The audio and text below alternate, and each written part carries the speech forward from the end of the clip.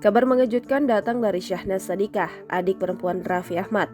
Tiba-tiba perempuan bernama Lady Nayawan membongkar perselingkuhan Syahnas dengan seorang pesinetron Randy Kajarnet yang merupakan suami Lady Nayawan.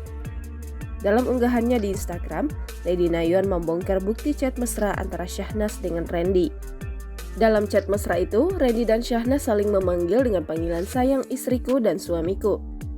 Keduanya tak segan saling melempar dan mengakui perasaan sayang satu sama lain. Chat mesra keduanya pun dilakukan melalui fitur chat aplikasi ojek online. Membalas ucapan itu, sang pria yang diduga Randy pun membalas hal serupa. Lady pun mengaku pernah memperingatkan Syahnas dan membuat istri JJ itu minta maaf. Lady lantas memilih membuka perselingkuhan Syahnas dan suaminya.